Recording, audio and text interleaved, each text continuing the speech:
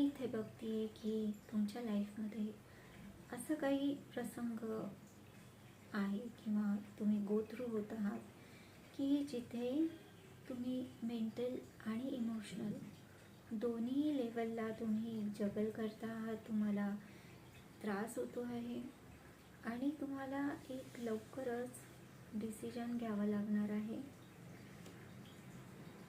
इथे दोन्ही कार्ड्समध्ये हा व्यक्ती काहीतरी सोडून जातो आहे.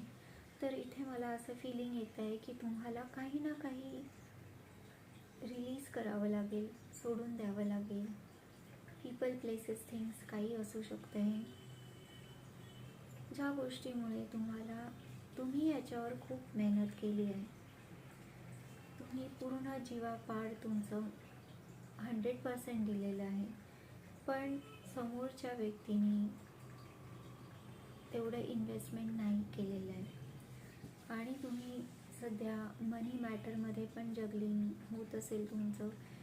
अनेक गोष्टी तुम्हाला एकाच वेळी हाताळाव्या लागत असतील,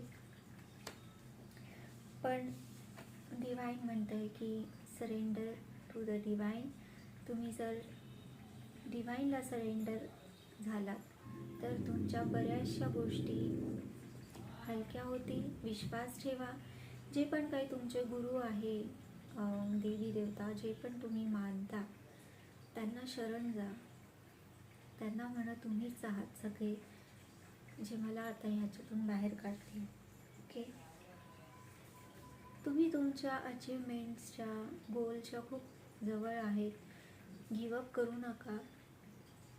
येणाऱ्या फुल मूनपर्यंत, म्हणजे पौर्णिमा, येणाऱ्या पौर्णिमेपर्यंत तुमच्या लाईफमध्ये काही ना काही सकारात्मक बदल तुम्हाला नक्की मिळेल. जे पण काही तुम्ही शोधता आहात त्या शोधण्याचा काही ना काही ॲन्सर तुम्हाला मिळतील. इथे कोणी ना कोणी तुम्हाला मदत करायला येईल, जे की तुम्हाला हेल्प करेल पुढे जाण्यासाठी. ही हेल्प शब्दांची असेल, पैशांची असेल, कोणत्याही पद्धतीने ही हेल्प तुम्हाला मिळेल. ओके, ओपन राहा आणि कोणाहीकडनं मिळू शकते. अगदी तुम्ही पार्कमध्ये बसलेले आहात आणि तुम्ही नाराज आहात, तुम्ही काही विचार करत आहात आणि दोघं जण बाजूनी म्हणजे गेले, ते काहीतरी बोलत गेले, पण तुमचं उत्तर त्याच्यामध्ये आहे. असं काही ना काही तुम्हाला